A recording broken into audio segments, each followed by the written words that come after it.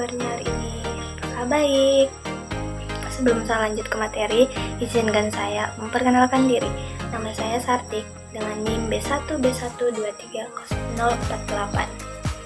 Saya dari kelas A Manajemen Angkatan 2023. Nah, baiklah teman-teman, di sini saya akan menjelaskan dasar pada struktur organisasi. Seperti yang kita ketahui, struktur organisasional akan mendefinisikan bagaimana tugas pekerjaan secara formal dibagikan, dikelompokkan, serta dikoordinasikan. Para manajer itu perlu membahas mengenai 6 elemen utama ketika mereka merancang struktur organisasi mereka, seperti spesialisasi kerja, departementalisasi, rantai komando, rentang kendali, sentralisasi, dan desentralisasi, serta formalisasi. Nah, di sini kita bisa lihat definisi struktur organisasi. Ada yang pertama itu spesialisasi kerja. Istilah spesialisasi kerja atau pembagian tenaga kerja untuk menggambarkan sejauh mana aktivitas dalam organisasi dibagi ke dalam pekerjaan-pekerjaan secara terpisah. Nah, yang kedua ada rantai komando atau chain of command. Adalah garis kewenangan tak terputus yang membentang dari organisasi puncak hingga pegawai terendah dan menjelaskan siapa yang memberikan laporan kepada siapa. Yang ketiga ada rentang kendali atau span of control, adalah sejumlah bawahan yang dapat diarahkan oleh seorang manajer secara lebih efisien dan efektif. Yang keempat ada desentralisasi dan sentralisasi. Sentralisasi atau centralization, di mana kondisi yang mana pengambilan keputusan dipusatkan kepada satu titik tunggal dalam organisasi. Yang kelima itu formalisasi atau formalization, keadaan yang mana pekerjaan di dalam organisasi telah terstandarisasi. Yang terakhir ada departementalisasi atau departementalization, adalah basis yang mana pekerjaan dalam organisasi dikelompokkan secara bersama-sama. Nah, di sini ada desain organisasi yang umum. Yang pertama itu struktur sederhana.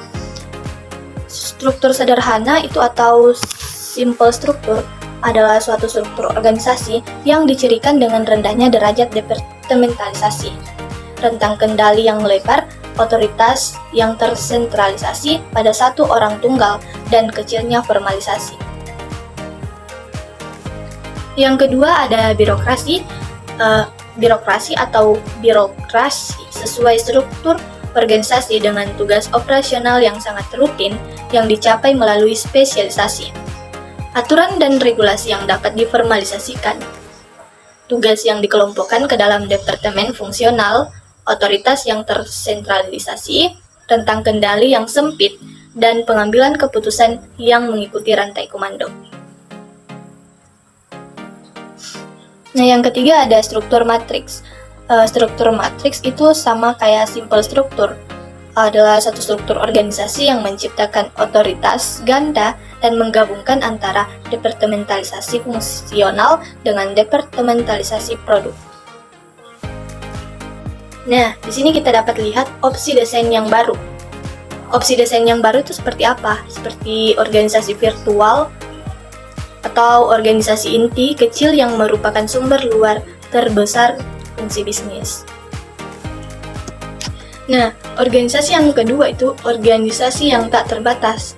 Organisasi yang tak terbatas atau boundaryless organization. Organisasi yang berupaya untuk menghasilkan rantai komando, memiliki rentang kendali yang tak terbatas, dan mengganti departemen-departemen dengan tim-tim yang diberdayakan. Yang ketiga ada organisasi yang lebih ramping. Nah, perampingan adalah sebuah upaya sistematis untuk membuat organisasi menjadi lebih ramping dengan menutup lokasi atau mengurangi jumlah staf atau menjual unit bisnis tidak memberikan nilai tambah. Ada beberapa prinsip keadilan organisasi. Yang pertama, investasi, komunikasi, partisipasi, serta bantuan.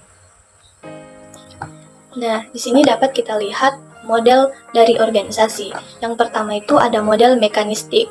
Model mekanistik atau mekanistik model adalah suatu struktur yang dicirikan dengan departementalisasi yang ekstensif, formalisasi yang tinggi, jaringan informasi yang terbatas, dan sentralisasi.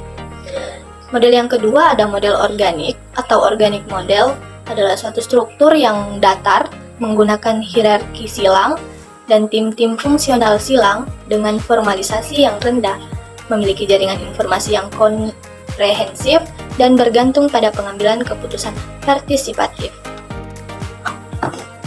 Ada beberapa strategi pada organisasi. Yang pertama itu ada strategi inovasi.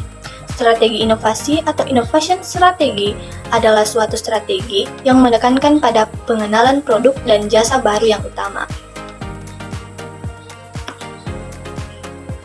Yang kedua ada minimalisasi biaya. Strategi minimalisasi biaya atau cost minimization strategi adalah suatu strategi yang menekankan pada pengendalian biaya yang ketat, penghindaran inovasi yang tidak diperlukan atau biaya pemasaran, serta pemangkasan biaya. Dan yang ketiga ada strategi imitasi. Strategi imitasi atau imitation strategi merupakan suatu strategi yang berupaya untuk memindahkan produk baru ke dalam pasar yang baru hanya setelah kelangsungan hidup produk tersebut telah terbukti. Nah, strategi organisasi juga terdapat strategi yang lain, seperti ukuran organisasi, teknologi, dan lingkungan. Dapat kita lihat definisi dari struktur organisasi yang lain, seperti yang ada pada materi di atas. Nah, yang terakhir itu desain organisasi dan perilaku pekerja. Beberapa orang sangat produktif dan terpuaskan ketika tugas kerja terstandarisasi dan meminimalkan ketidakjelasan, yaitu dalam struktur mekanistik. Jadi, beberapa pembahasan mengenai efek dari desain organisasi terhadap perilaku pekerja harus mengatasi perbedaan individu untuk melakukannya. Mari kita pertimbangkan pilihan pekerja atas spesialisasi kerja, rentang kendali, dan sentralisasi. Nah, baiklah teman-teman, itu saja materi yang dapat saya sampaikan. Kurang dan lebihnya mohon dimaafkan.